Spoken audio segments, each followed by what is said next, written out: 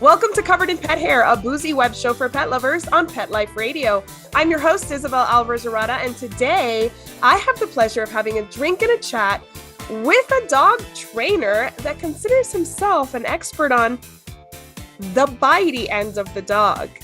I will tell you all about him and introduce you as soon as we come back from these messages from our sponsors.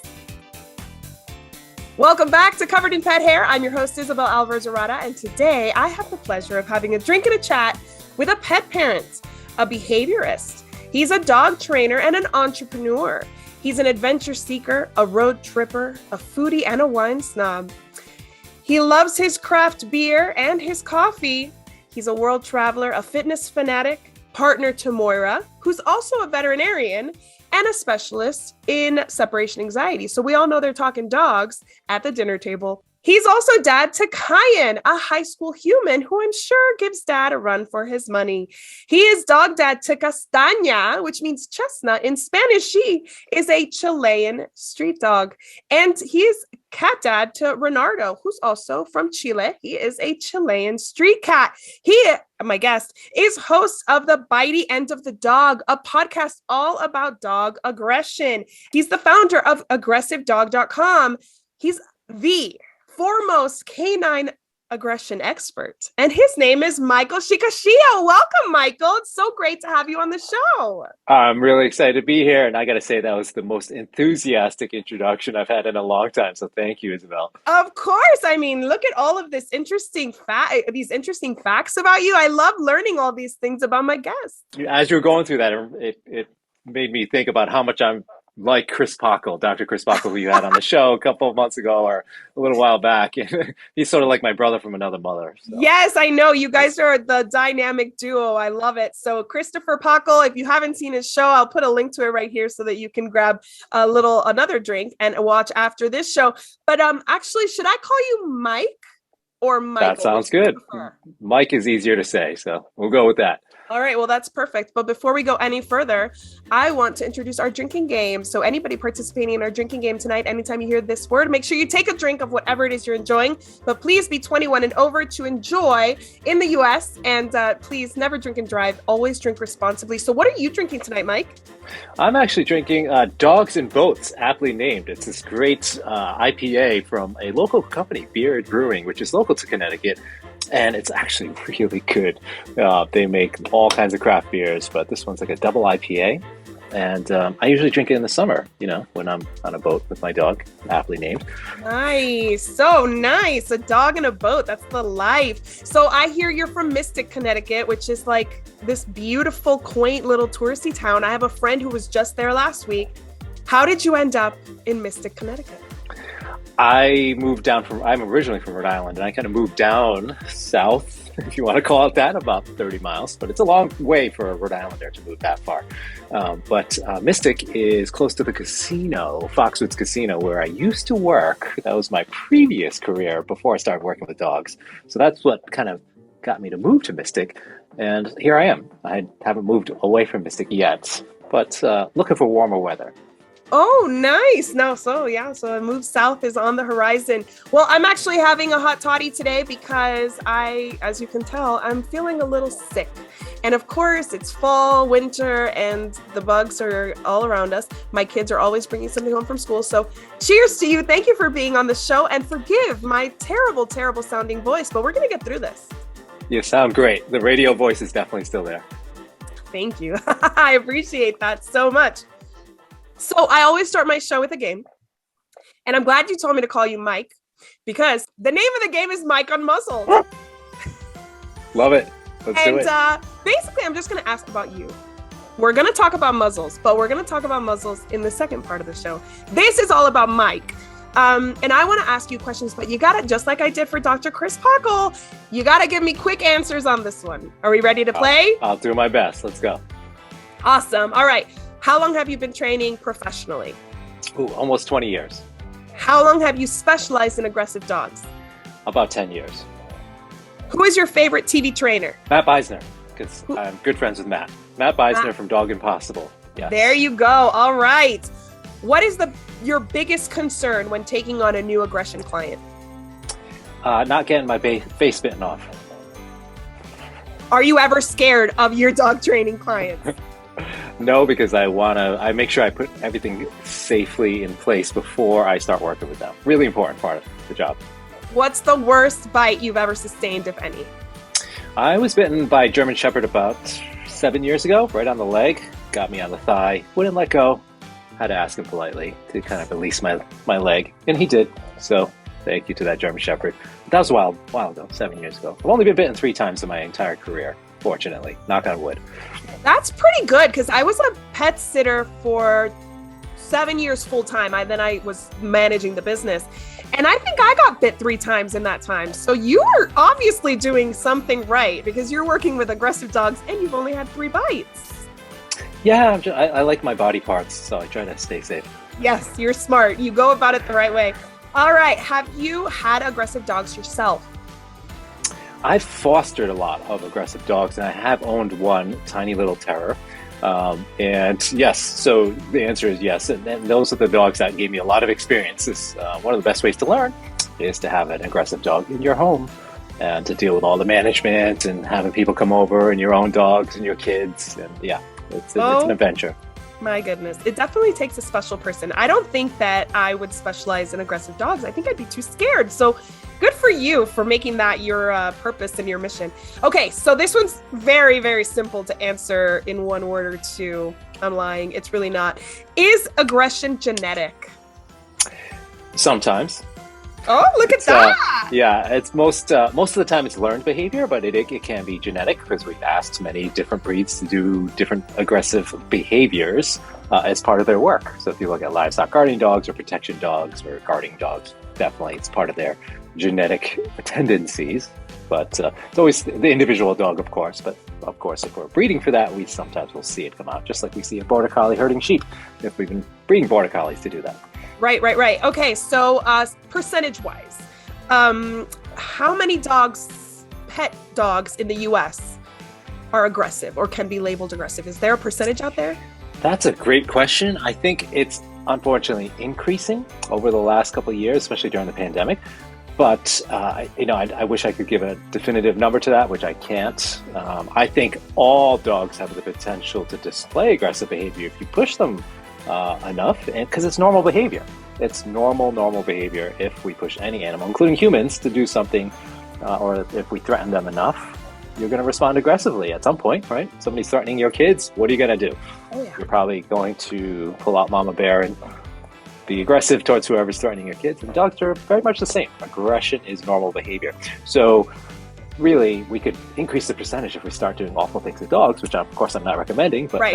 It's important to understand, aggression is normal behavior for any species to protect themselves. Self-preservation or preservation of someone they love or they're attached to or something that they feel is of value, like a resource. Nice. Okay, that makes perfect sense. That's great. Okay, so are you drawn to aggressive dogs? Like, are you out and about and you just kind of have like this affinity with aggressive dogs? Have you found that? Unfortunately, yes. I think you start to notice those things, when you specialize in something, you start to see it all the time, and you kind of cringe when people are doing things on social media or you see somebody out on the street and doing things. Ooh, that could result in a bite. Most of the time it doesn't, but you start to notice those things. And so you're kind of drawn to it without necessarily intending to be drawn to it at times. And I'm sure many of the trainers that are listening in are probably thinking the same thing. Yeah, you start to see it when you don't necessarily want to see it all the time. Have you found that any pet parents are drawn to aggressive dogs? Like they kind of end up getting aggressive dogs over and over and over again? In some circumstances, yeah. I think it's just like some people like to adopt the senior dogs and take care of them in their old age.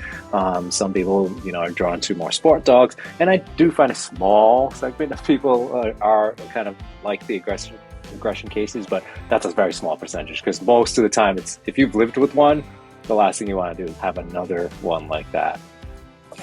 Yes. True that. Okay, last question. Are all pet parents equally equipped to manage aggressive dogs? No, unfortunately not. But it's nobody's fault. It's really circumstances, what you're going through in your own life, your own culture, your resources, your family. You could have 4 or 5 kids, then they might not be listening to all the things you have to do to close the baby gates or shut the door or do the things you have to do. So it really is, again, I never blame anybody for necessarily poor management. It's just circumstantial, right? For sure. Yeah, aggression is very multifaceted, I'm sure, which is why it's so fascinating that you're an expert in that specialty, because it doesn't seem like the most fun way to go to work with dogs. So why did you choose aggression as your specialty? I think, yeah, it's not fun most of the time to have, I always joke that I can go weeks sometimes in my cases without ever petting a dog. And a lot of us get into training because we want to hang out with dogs and have fun with dogs. And, people think trainers like, oh, you play with puppies all day, but that is not the case, unfortunately. I'm drawn to the reward of helping dogs and the families that they're in. So a lot of these owners are struggling and the dogs are struggling. They're misunderstood. They're experiencing all kinds of, negative events in their life that's resulting in the aggressive behavior. And if I can help the dogs, that's the aspect of it that draws me to it. That's kind of how I got started in it, with all the foster dogs that needed help and being able to help them stay out of shelters and rescues and all of those situations they got themselves in the first place because of their aggressive behavior, and being able to help them stay in their homes or find new homes. That's the part that really is rewarding. So yes, I love to pet dogs and hang out with dogs, but I also like to help them make sure they stay out of those predicaments in the first place, or to change up their routine and their environment so that they can be successful moving forward. Absolutely. I mean, for those families, you are the most valuable dog trainer on the planet, because only a specialist in aggression can really bring peace to their home. I appreciate that, but there are plenty of other wonderful trainers and veterinary behaviorists and other animal professionals all around the world that are doing great work. So everybody listening in that is helping dogs with aggression, thank you for the work you do, because it's very much needed right now. Absolutely. It's such an important thing to do. I mean, I can't imagine. I had an aggressive dog. She passed away last year, and I had a young child, and it was so stressful. She was older though, and we kind of managed it. We ended up muzzling her, which I'll talk about that in the second part of the show.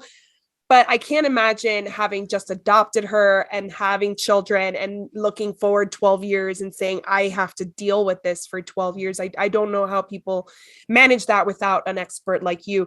All right. So speaking of experts, you have an acronym CDBC behind your name. What does that mean? That's a certified dog behavior consultant from the International Association of Animal Behavior Consultants. And you were president of that organization for 5 years. And you're also a member of the Association of Professional Dog Trainers, APDT. So how are they similar, those two organizations?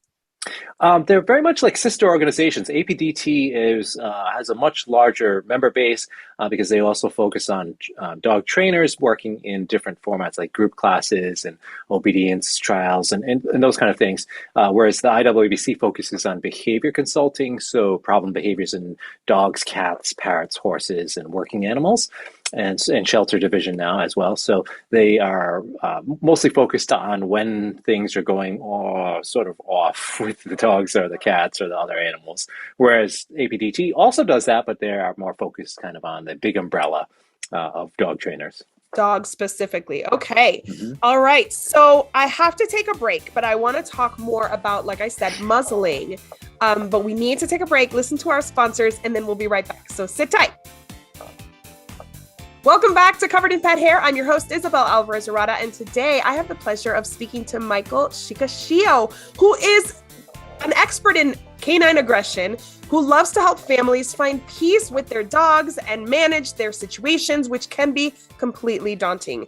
And I've been binging your channel, your interviews all week in preparation for our talk, Michael, and I saw a lot of references to muzzling, and muzzling is something that you do a lot, that you encourage people to consider for the bitey end of the dog that you deal with all the time. So I want to play a second game with you, and this is called Muzzle Time, because I want to give you some myths and some truths about muzzling, which I may or may not have learned from you. And I want you to tell me if these are myths, if they're truths, and you can elaborate if you'd like, because this is all about you sharing your expertise on muzzles with us. So are you ready to play? Ready to go. All right. All muzzles are created equal. Myth. And because there's lots of different types of muzzles depending on the three things I'm looking at are comfort for the dog, safety for whoever the dog's trying to bite, and being able to feed treats or food through the muzzle. Those are the three things I look for. So depending on the muzzle you're looking for, you kind of weigh those criteria before you buy it. Perfect. Some dogs need custom-made muzzles due to size or snout type. True. Some dogs with a flat face, the brachycephalic breeds, they don't have a lot of real estate on their muzzle, so they can't have much resting on there. So custom muzzles will be able to, take care of them. And there's a couple of great companies, Buma's and Trust Your Dog. They make custom biothane muzzles if you're looking for that. And there's a few other companies that have lots of different sizes to choose from. So you can, when in doubt, you can always get a fit for your dog. And that's important. You want to make sure it's a comfortable, secure, safe fit. Yes. Okay. So my next myth or truth is when ordering muzzles online, it might be smart to get a few in a few different sizes and test them out because it's going to be a process. Chances are it's not going to fit like a Cinderella slipper on the first try.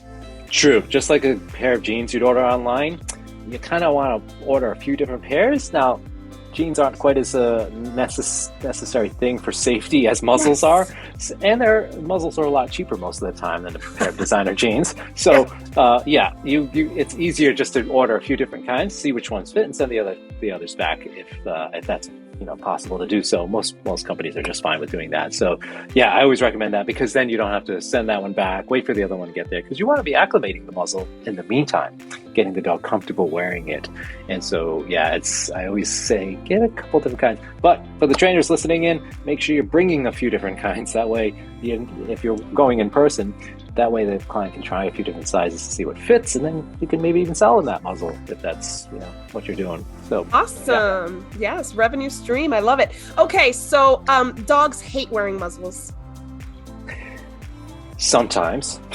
So it's a true/false answer depending on how you acclimate it. Muzzles should be just like anything else that a dog loves to wear. Like they see their harness come out, they come running over because they love going for that walk. And some dogs will see the harness come out and they go running because they got scared by the harness one time, or maybe pinched their skin, one of the clips maybe just caught their skin or something like that. So muzzles are no different. We want to make sure that they're really comfortable wearing them and taking our time, slowly acclimating the muzzle, pairing it with food. Tons of great videos out there on YouTube to learn how to do that, but take your time. There's most of the time no rush to get that muzzle on the dog. You have a couple weeks often just to take your time each day, baby steps, get the dog to really love that muzzle, and that's going to save you so much trouble in the future because the dog hates the muzzle. It's going to be really difficult to do any training with them when that muzzle's on. Yes. So you want to sweeten them up at the beginning, not like shock them and then try to sweeten them up after they're like, exactly. Yeah, I don't like that. Get away from me. All right. So muzzles are aversive/punishment based. False. Muzzles are a management and safety tool. They're not really used for training. And if you're using them for training in the sense of trying to suppress behavior, you're doing it wrong because we don't want to suppress the behavior. The reason why is you can put a muzzle on a dog and they'll be like, oh, some dogs, not all dogs, but some will be like, oh, woe is me, this is awful, I'm not going to do anything. So I'll just sulk and sit here. And a lot of people think, oh, this dog's well-behaved now, air quotes, well-behaved, because the dog's just standing there like, I hate my life because my muzzle's on. And they're not going to move or they get shut down. And what that looks is like the dog is behaved, meaning, again, air quotes. So the client or the trainer, whoever's looking at the dog, they're like, okay, it's fixed. So the dog's great now. Uncle Bob comes in the front door, says hello to the dog. Dog's got the muzzle on. Dog doesn't try to bite Uncle Bob. But then the muzzle comes off and the dog's like, woohoo, the muzzle's off. Now game is on. Where's Uncle Bob? Because I'm going to bite his face off. Because the behavior is no longer suppressed by the muzzle. So it's really important again, that acclimation route is so important because it's very easily can mask the behavior or suppress the behavior if it's used as a punishment or aversive tool like that. So you gotta be really careful. So you just said it's not a training tool, it's a safety tool that is used while you're training. Yes, it is very simultaneously. much, yes. Just use like a leash or a harness or a baby gate or a front door to your house. They're all management tools to keep the dog from going from point A to biting. Right. Uh, Very cool. Okay. Muzzles are only used for aggression. False. So you have dogs that like to eat stuff off the ground. They like to pick up, glass bottles or dangerous things. Who knows what's on walks, a dead carcass or something like that. And we want to prevent them from doing that and getting sick or eating rocks. A lot of some dogs do that. And we want to keep them from injuring themselves. So muzzles can be great for that. Sometimes you don't know if the dog could be potentially a biter later on in life. Some dogs get injured, you have an emergency, the dog gets injured. And when a dog is in pain, we never can know exactly what the behavior is going to look like because they're in pain. And again, it's normal behavior for a dog or a human to lash out at somebody touching their painful spot. Right. And so if a dog has been acclimated already to a muzzle, it's so much less stressful if they're like, oh, there's just that muzzle thing. And rather versus, oh, I just hurt myself and I've got to get this weird thing put on my face. So it's going to be super stressful for that dog. So you never know when emergencies can happen. So yeah, there's lots of benefits to using muzzle. Or let's say you have a dog you don't know how they are with people or other dogs. You have zero history. Let's say we just rescued a dog and dog seems good with people, for instance, but then we bring it home, we've got our other dog in the home and we're worried and we want to introduce them, but they're giving little signals, but we're still not 100% sure. So they're not like barking, lunging, and growling at each other, but they're just kind of like, oh, you're there, I'm here. Okay, what's your deal? What's your deal?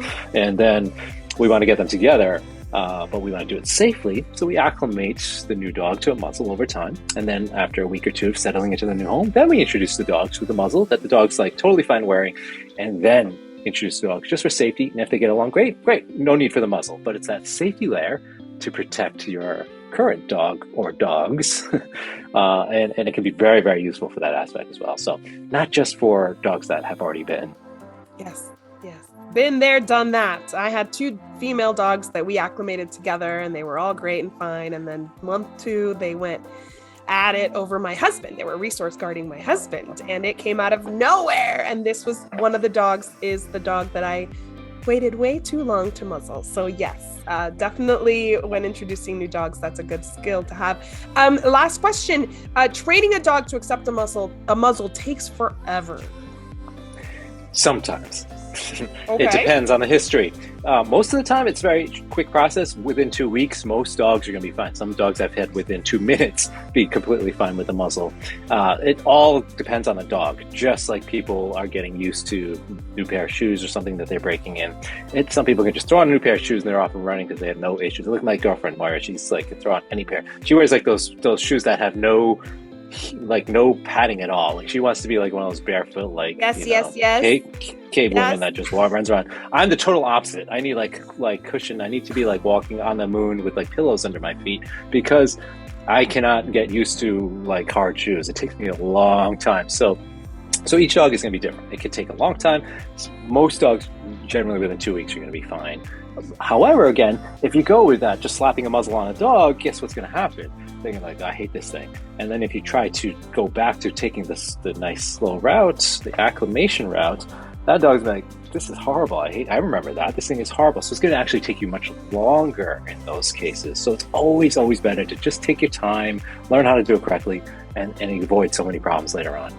I love that. That's so true. We actually, when we finally muzzled Socks way too late in life, we used pouches and we had little kids. So we had pouches and the pouches through the muzzle. She was like, this is the best thing that's ever happened to me. Cause she would see the kids eating it. Now she's about to eat it. And she's like, I don't have to steal this. You're just feeding it to me. Okay. Isn't classical conditioning so wonderful? It is. She's like, muzzle, pouch, yes.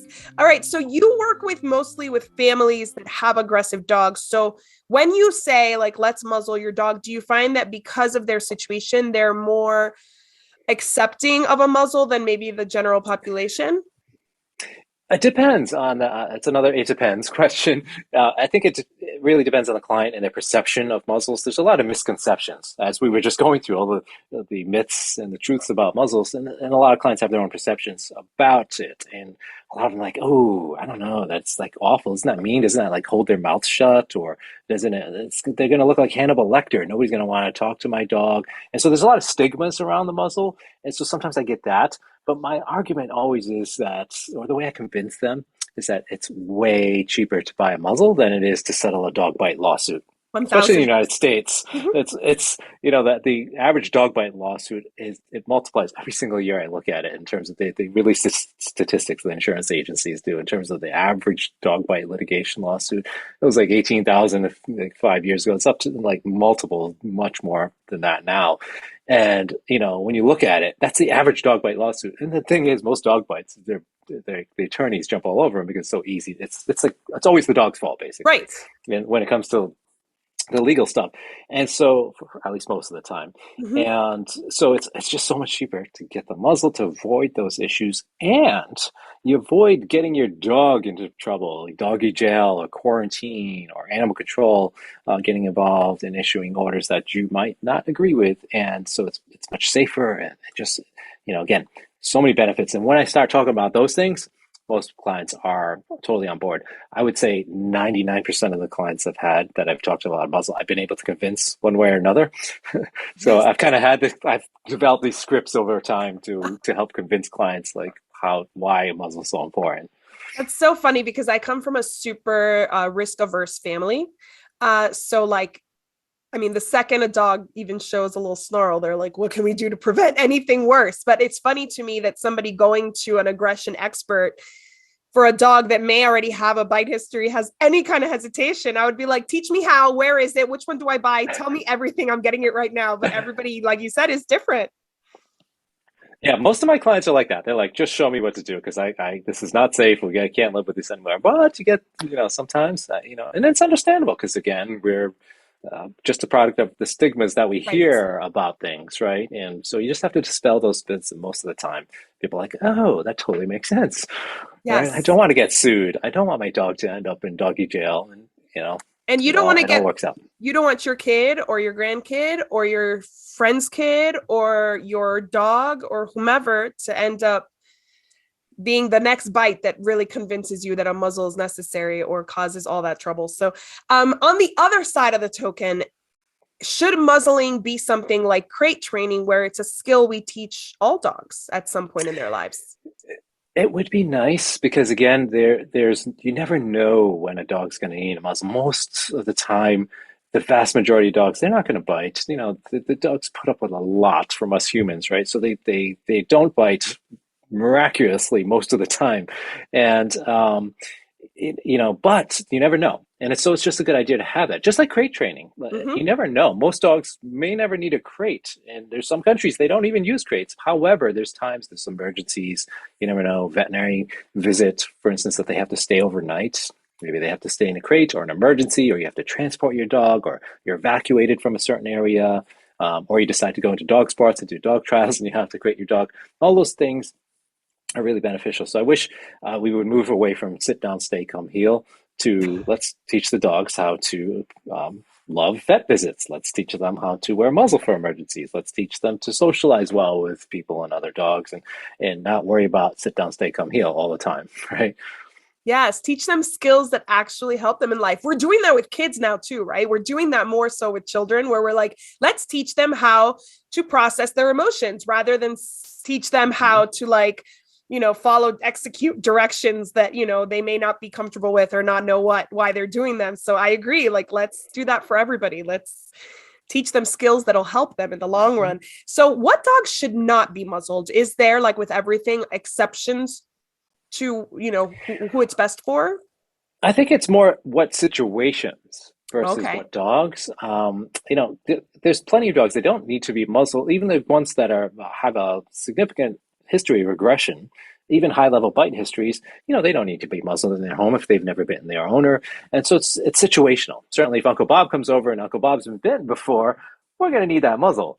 most of the time. So it's situational, I think, is more a way to think about it. And that's really important because sometimes my clients forget, okay, this is a situation in which my dog might feel threatened or uncomfortable, but maybe I can't avoid it as much as I'd like to. Maybe it is a vet visit. Maybe I'm living in the city and I can't get that much distance from people walking by. So it's always situational. And that's really the more important aspect because, each dog is going to be different, right? Yep. That reminds me of why I muzzled my dog Socks is because I needed her to go for walks with a dog walker. She had had a bite incident with a dog walker, not the dog walker. She bit somebody else. The dog walker got too close. He had been told not to get too close. The mailman was there. That's her trigger. She got all out of control, bit somebody. Luckily, it was a tiny bite, and we did not get sued for $1 million. Thank goodness. We were scared that it might happen because we hadn't seen what she caused. It was minor. But I wanted to get a dog walker here in El Paso, and I wasn't comfortable after that experience. And I was like, I'm not going to let a dog walker walk her if a dog walker doesn't remember or gets tied up in a situation again where there's a trigger and something. I don't want them to feel terrible. I don't want there to be drama. I don't want somebody to get hurt. So I started muzzle training her for that, and it was so nice to be able to be like, okay, the dog walker was doing all the things that acclimated her to, like we continued that long-term like positive reinforcement training whenever she was wearing the muzzle. He was great about it. I was comfortable at home knowing that I was with my newborn baby and my dog was walking and not going to hurt anybody. So yeah, I mean, that was kind of like the motivation. It was very situation specific, and it made such a world of difference. So Yeah, I said that. if you think about it too, it's like it's again at the general public, we often trust our professionals. If somebody's got a title like dog pro, whatever title it is, we're like, okay, they've got this handled. But that doesn't mean so they can be the best dog handler in the world, but that doesn't prevent the other people from doing things, right? Correct. So it's like, you could say, all right, I've got Mario Andretti or somebody like really like that knows how to drive a car, and then okay, you're going to drive my kids to school. So you're Mario Andretti, so you don't the kids don't need seatbelts. Would you do that? No. Right? Because it's not. Yeah, he's probably going to get you the kids to school pretty safely, but you can't trust the other drivers. Right. So kids are still going to need seatbelts, regardless of who's handling the wheel, right? So same with the dogs, you know. You're like the king of analogies. I love it. I love your analogies. That's how I convince a lot of my clients. Yes, no, it's so important to put things in terms that people can really understand. Like, yeah, I don't care who's driving my kids. They're going in their car seats. They're wearing their seatbelts. It's so true. And yes, my dog trainer felt horrible that the situation happened. And he knew, like, while he was in it, that he had put himself in a bad situation. And you're right. It was the other person who approached when he was saying, please don't approach. He's trying to get her back. The mailman's coming. The dog's completely out of sorts with a stranger, the mailman, all that. And there was nothing he could do. So there was no hard feelings, but it definitely taught me a lesson. So, and nobody wants to learn the lesson the hard way. I had to, but like anybody watching this, if your dog has reactivity on leash, definitely consider talking to somebody, watching Michael's videos, educating yourself on muzzling. There's a ton of stuff online, thank goodness, because I don't wait too long like I did. I really have. That's my biggest regret with Socks, is that I waited too long to muzzle her. No fault of yours, I'm sure, because you sound just like most of my clients in that, nobody knows when it's coming. Nobody Right. knows. There's no like I never blame my clients because 99.999% of the time they are not doing anything purposely or like intentionally, right? It comes when it comes. It's like, everything else in life when you don't know it's broken until it actually breaks. Right. So you have an aggression in dogs master course. So tell me about that. Is that for for dog trainers? Is that for pet parents? Who's that meant for, and what does it entail? Yeah, thanks. The that actually was designed originally for professionals, so dog trainers, veterinarians, anybody working with aggression cases. But I found quite a few requests coming in from pet parents that were looking for something to help their dogs. So at first I was like, yeah, it might be a little bit, some of the language in the course might be a little bit not what you're used to hearing, in terms of this scientific terms, but they're like, that's okay. We just want to learn, and they take the course and they love it because it actually they can actually learn a lot, and it's interesting because they see it from the trainer perspective. So I'm talking like to trainers, so they get to hear like what it sounds like when you're kind of like listening to the trainers talk to each other, and so they actually love that aspect of it. So now I just anybody who's interested can take it. Anybody who wants to help their own dog or learn more about working with aggression in dogs can take it. And it's all on demand, and anybody can join at any time. And then they can join mentor sessions with me after they complete the course. That is so cool. So, what kind of tools do you use in aggression cases? What is like your toolbox? So, great question. The obviously, I focus on positive reinforcement based methods, and if you start looking at the technical terms, I focus on using desensitization and counter conditioning and differential reinforcement strategies, which is just a fancy term for what do we want the dog to do instead of biting Uncle Bob's face off. And so, like different behaviors that we can reinforce other than. So that's in the most simplistic terms, but I go into all of the other types of approaches that are out there, whether it's using straight desensitization, addressing the underlying emotional aspects, looking at the medical issues. So there's many layers to it, but the foundational aspects starts with that, and then we adjust accordingly depending on the case. Because most aggression cases are going to do quite well with desensitization and counter conditioning because the underlying association is a negative association or it's fear based. It's the other types of cases, a dog that's maybe not fearful, that we have to adjust our behavior plans, but most of the time you're going to be safe with just a straightforward desensitization and counter conditioning approach and a differential reinforcement strategy layered in there, which is again changing how the dog feels about Uncle Bob coming in and asking the dog to do something else when Uncle Bob comes in. That's the most simple way to put it. I love it. I love it. So I had a consultation with a dog trainer ages ago, a very good one. Her name is Peggy, and I don't know if she still runs it. She may be retired now, but she was with Sun Dogs in Northern Virginia. And she told me in our conversation about my two females that fought at home, she told me that dogs don't want to bite. Dogs don't want to fight, that it's too much of a risk that they really don't want to take. And they only take that risk when they feel like they don't have another choice. Would you agree with that? Most of that. Yeah. Yes, the vast majority of dogs, it's very expensive behavior Right. from an That's ethological perspective. Yeah. From an ethological perspective, it is not good for an animal out anywhere to exhibit aggressive behavior or engage in overt aggressive behavior because they risk injury to themselves. Right. From an evolutionary standpoint, it's actually not very efficient to do that. So yeah, the vast majority of dogs, they just want to give the least amount of effort or overt behavior towards making something scary or threatening go away. And if they accomplish the task with a growl, great. But sometimes they have to escalate to biting because the growl wasn't working before. So that's the vast majority of dogs. However, there is a small percentage of dogs, they are going to use aggression for sports where they're having fun doing it because that is what we've asked them to do for many generations. As humans, we've asked them to guard property or asked them to fight each other, sadly, or asked them to fight, bulls in the ring and all these things that unfortunately humans have asked dogs to do over the years. So those are the small percentage of dogs. I want to stress that. It's a very small percentage of dogs that are actually going to engage in the sport or the fun of it. And you can usually tell right away. And the treatment plan is a little bit different. So how we address that, it's much more the differential reinforcement side of things, where we're asking the dog to do other things because we're not trying to change an underlying emotion there, where they're having a good time, so to speak. And so we're often not trying to change their association. We're just trying to teach them other things to have fun or that are reinforcing for them.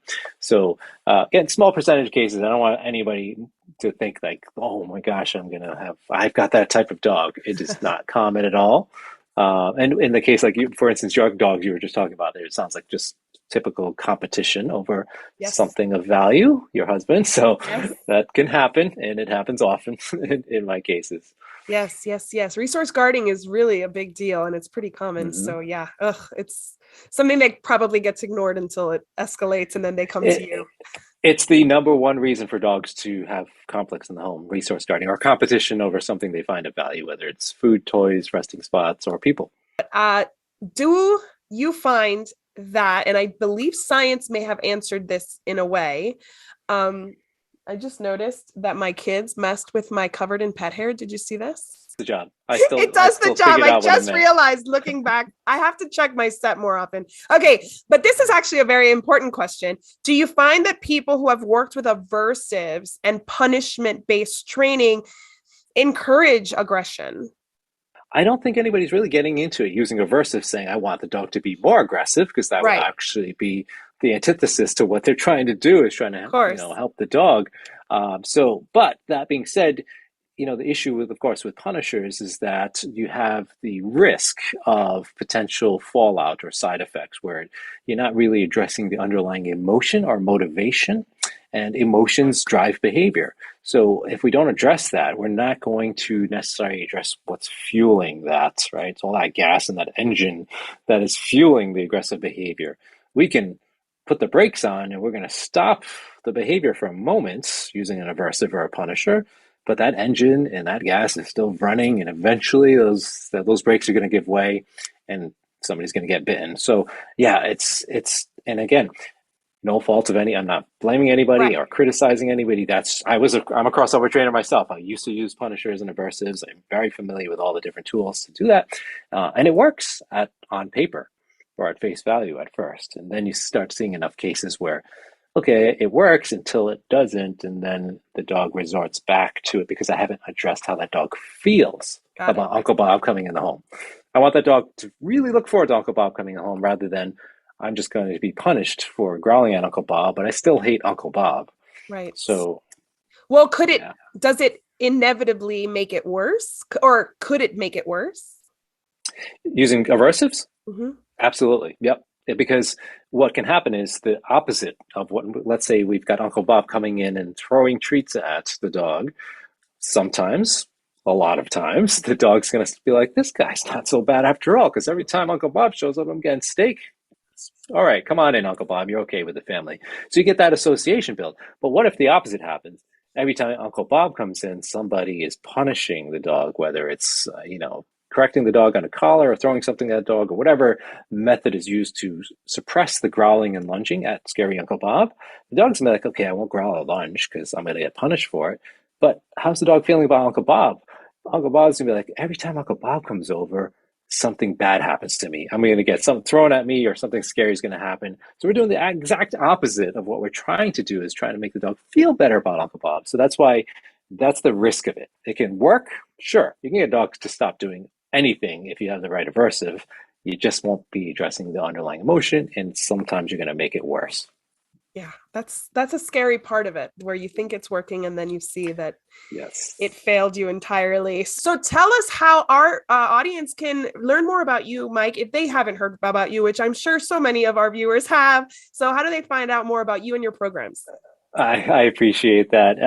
The easiest way to remember is aggressivedog.com. I mean, what else could you ask for in a domain name that I bought like many, many years ago, and I finally actually got it up and running a few years back. But everything I do there is there. So they can find the podcast, the conference, all the courses and webinars and everything else that's happening. There's great articles I have some guest bloggers coming in to write about aggression in dogs. So it's going to be like, I'm hoping to be like the hub for helping dogs with aggression around the world. So not just the US, I'm going global with everything and trying to help as many dogs as I can that have aggression issues using humane, positive-based methods, and hopefully it just continues to spread. And that's my goal with it. So aggressivedog.com, easy to remember. That is awesome. I would love to have you back to talk about dogs and culture and how that varies one day if you're up for it.